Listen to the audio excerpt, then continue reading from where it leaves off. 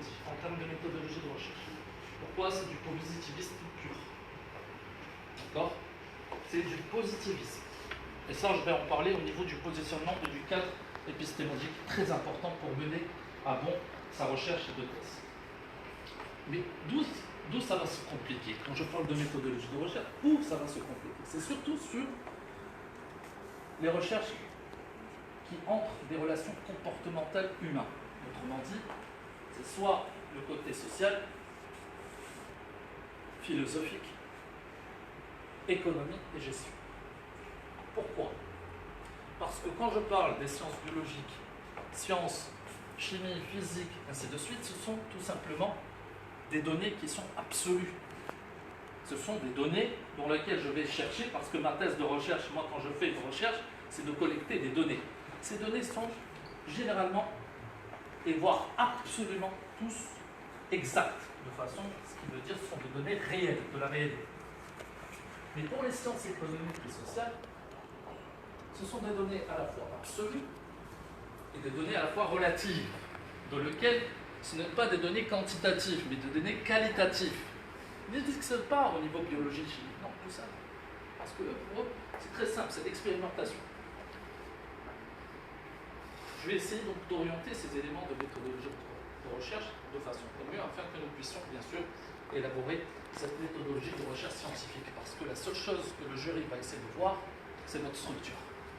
Est-ce que vous avez suivi les normes de recherche scientifique? C'est ça le plus important, parce que ça peut se coller au niveau de la soutenance. C'est la première chose que voit le jury. Votre méthodologie de recherche. Donc, au niveau de mon plan de formation, d'abord l'objet de recherche scientifique. Parce que quand on établit et construit une thèse de recherche, on construit un objet. Et qui dit un objet, donc c'est un objet qui est exprimé dans la réalité. On ne va pas tout simplement mener des recherches sur des faits qui n'existent pas. Très important.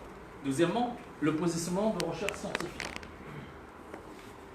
Moi, quand je vois tout simplement une structure de thèse ou un rapport de doctorat, une fois que je le lis, je vais savoir exactement quel est le positionnement que vous allez suivre.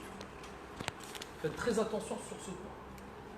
Je ne parle pas sur la partie qui est biologie-chimie parce que le seul positionnement, c'est le positivisme. Donc ils ont un seul positionnement. Ils n'entrent pas dans des chevauchements concernant d'autres positionnements. Ça concerne particulièrement la partie sociale, économie et gestion. Et juridique, bien sûr. Et là, on passe vers des positionnements, 2 à 3 positionnements, c'est-à-dire des méthodes différentes. Et ensuite, bien sûr, le processus de recherche scientifique, ce sont les étapes que je dois suivre pour mener une thèse de recherche, mais aussi ce sont les étapes que je dois voir dans votre rapport de doctorat, c'est-à-dire dans votre document, votre thèse de recherche. Et pour finir, bien sûr, la thèse de doctorat. Autrement dit, la méthodologie de recherche scientifique menée dans des recherches pour soutenir une thèse. C'est ça, le principe pour moi, c'est ça. Donc, quand je parle de méthodologie de recherche scientifique, c'est la façon ou la manière dans laquelle vous allez tout simplement répondre à une problématique. C'est la manière, quand je dis méthodologie de recherche scientifique, c'est la manière dans laquelle vous allez répondre, je dis répondre, à une problématique. Donc déjà derrière le concept répondre, il va falloir répondre de façon théorique, empirique, donc tout ceci. Il y a la partie revue de littérature, partie empirique. Répondre à quoi? À une problématique. À une problématique, ça veut dire quoi? Une problématique à la fois scientifique, théorique, dans laquelle les chercheurs ont pu avancer et développer, et à la fois contextuelle. J'essaie d'orienter une recherche, j'essaie de mener une recherche. Mais pour qui? Pour la recherche, pour le développement bien sûr, et l'amélioration, et l'explication, et la compréhension au niveau théorique, mais aussi au niveau contextuel. Ma recherche doit avoir tout simplement un effet d'utilisation au niveau contextuel. Ça peut être politique, ça peut être économique, ça peut être juridique, ça peut être au niveau industriel, ça peut être au niveau physique. Bon, ma recherche ou ma thèse doit avoir une utilité. Et c'est ça, ce qu'on appelle le contenu même de la problématique. C'est pour cela que certains, on va dire, parce que j'étais bien sûr au niveau de ce processus, qui est doctorant, on est tous des doctorants, et on se penche un peu sur le problème de est-ce que je dois répondre à un problème ou est-ce que je dois répondre à une problématique. Un problème, elle concerne uniquement le contexte ou le cadre dans lequel vous allez étudier. Une problématique, elle est philosophique. C'est ça la différence. La problématique, c'est à la fois, on répond à un ensemble de problèmes, mais orienté vers une philosophie théorique. Et c'est ça la grande différence entre ce qui parle de problème et de problématique. Faites très attention sur ce point. Donc, je construis mon objet scientifique. Et ma question est la suivante. Et la question, je la pose à tout le monde, et j'espère, vous avez donc une feuille de papier, parce que j'aurai un élément à vous faire maintenant. Par quoi on commence? Est-ce qu'on commence à déterminer le sujet, ou est-ce qu'on commence à déterminer la problématique? C'est comme la poule et l'œuf. Parce que c'est ça où on a des problèmes sur ça. On a le sujet et la problématique, on essaie de la chercher, et là on ne sait pas par quoi commencer. Ah oui, d'abord, qui est en première année de thèse? Deuxième année? Troisième année? Quatrième année? D'accord, c'est parfait. D'accord. Alors, c'est très important ce parcours calendaire parce que pour moi, une thèse de recherche, quand on essaie de la mener, c'est une méthodologie à travers le temps, n'oubliez pas. On est tout simplement limité à travers le temps. On a combien, généralement? On a normalement 3 ans.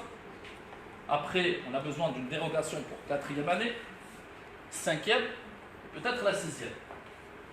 D'accord? Et si ça ne marche pas, il va falloir refaire l'inscription. Et refaire encore une fois les 6. Donc, juste pour vous le dire. Et ça serait mieux, généralement, la moyenne de soutenance au niveau des doctorants, actuellement, c'est à peu près vers 4 ans, 5 ans. Même. Juste pour vous le dire. 4 ans, 5 ans, quand on trouve des doctorants qui soutiennent leur thèse de recherche. 4 ans, 5 ans. Maximum. La moyenne, je dis.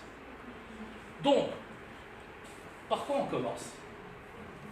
Là, vous êtes neutre. Hein? Par quoi vous commencez?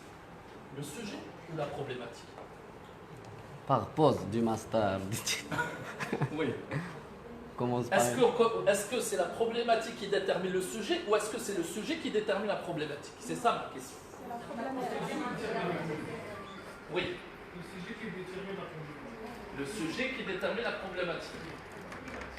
La problématique qui détermine le sujet. Je sais très bien que j'aurai 2 points. Normalement, on est face à un paradoxe Oui. qui engendre une problématique.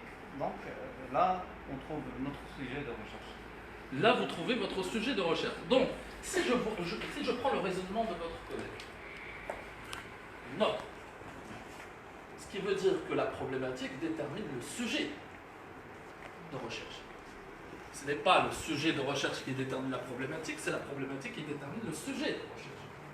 Mais en avant, la bonne réponse, c'est que la problématique, c'est elle qui va tout simplement déterminer votre sujet et donc votre titre de thèse. On ne commence pas par la politique, mais on commence par la problématique. Quelle est votre problématique? Je ne dis pas le problème. Quelle est la problématique? Et la problématique, elle contient un aspect philosophique qui est théorique, ce que disent les chercheurs, ce qu'avancent les chercheurs. Et elle a un aspect, bien sûr, contextuel, ce que vous voulez appliquer, ce développement au niveau sectoriel, au niveau industriel, au niveau des solutions chimiques. Ça peut être, je peux parler parler au niveau biologique. Des plantations. Est-ce que vous allez appliquer cet élément au niveau des plantations je ne sais pas, au niveau, on pourrait dire des catégories de fleurs, des catégories de plantations. Donc ça, c'est le côté contextuel. Au niveau chimique, je peux appliquer bien sûr différents types de solutions, mais l'appliquer au niveau de quel contexte? Alimentaire, contexte pharmaceutique, contexte. C'est ça le principe. Et c'est ça la problématique. D'accord? Donc, la problématique détermine le titre et le sujet de votre thèse de doctorat.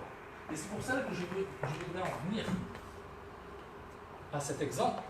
Je prends l'exemple, bien sûr, de ma thèse de recherche. D'accord? Dans lequel j'ai soutenu. Donc, je vous fais déjà une référence. Hein? Voilà, j'ai soutenu. Donc, pour vous dire. Hein, donc, ce qui veut dire, si je n'avais pas soutenu, j'aurais oublié cet exemple. D'accord? Mais juste pour vous montrer un peu l'effet, en fait, de ce parcours, j'aimerais bien sûr que vous visitiez, bien sûr, le parcours de ma recherche. Le sujet, c'était quoi? Proximité et création de valeur, cadre de la relation entre sous-traitants automobiles de deuxième rang et leurs clients au Maroc. Et là, je reviens bien sûr à mon cher collègue, Aids of Women. Le titre. En gras et tout ça. Mais, regardez la problématique, s'il vous plaît. Une proximité dans une relation entre entreprises sous-traitantes et donneurs d'ordre pourrait-elle créer de la valeur relationnelle? Quel est le point commun entre le titre et la problématique?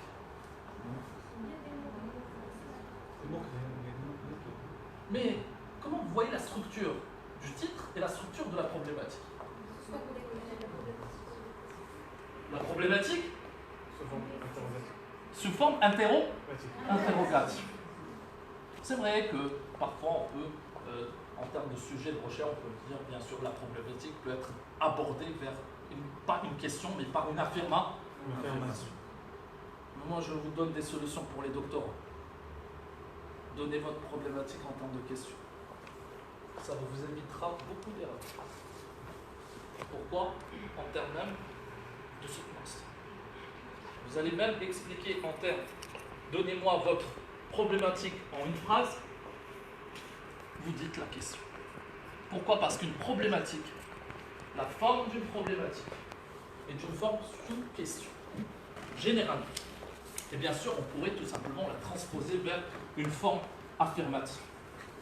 Mais pour qu'elle puisse avoir un certain intérêt au niveau des réponses d'hypothèses, pour moi, j'opte pour une question au lieu d'une affirmation.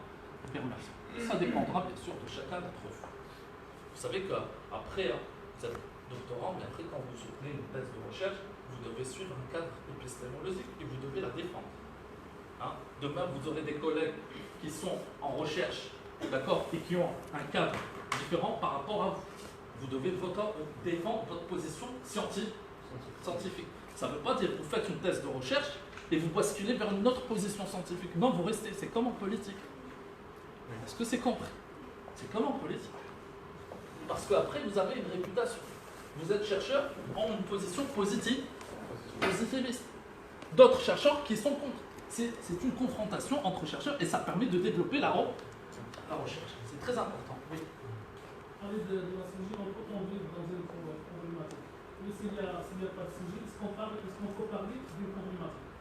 Ça... Exactement. Merci pour la question. Si on n'a pas de sujet, est-ce qu'on peut parler des problématiques? Est-ce qu'on peut parler de problématiques? Non. Non. Si on n'a pas de sujet, on ne peut pas parler de problématique parce que la problématique détermine le sujet.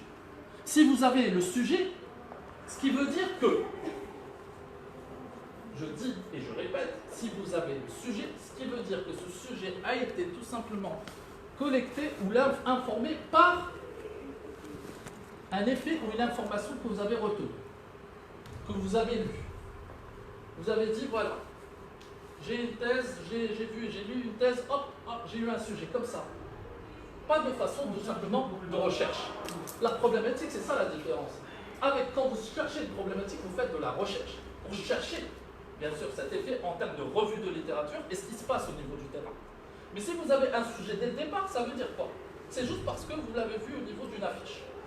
Ou vous l'avez tout simplement, vous êtes dormi chez vous, voilà. Hein? Demain, vous vous êtes réveillé. Hein? Je pense que je vais travailler sur ça et ça. Mais elle n'est pas fondée. C'est juste des idées.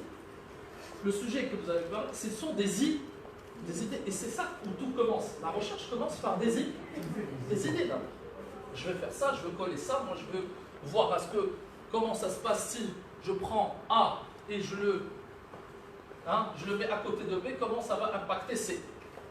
Donc ce sont des variables. Vous essayez tout simplement de chercher des variables. Alors, moi j'avais ce problème, je vous le dis, à la première année. J'avais un sujet qui est vague. On commence toujours par ça. Alors, surtout pour les doctorants qui viennent entrer comme ça, on ne sait pas encore, mais ceux qui ont déjà une première année d'avance, on appelle post, d'accord? Pas post, mais avant de s'inscrire en doctorat, vous avez une certaine idée. Et quand on entre comme ça, je sais très bien que notre sujet ne comprend que deux concepts. Ou un seul. Moi, je travaille sur l'intelligence territoriale. Et sur quoi? Non. Moi, je l'intelligence territoriale. Ça, c'est un sujet. Ça, c'est ce qu'on appelle, on ne va pas dire un sujet, mais un domaine, un cadre.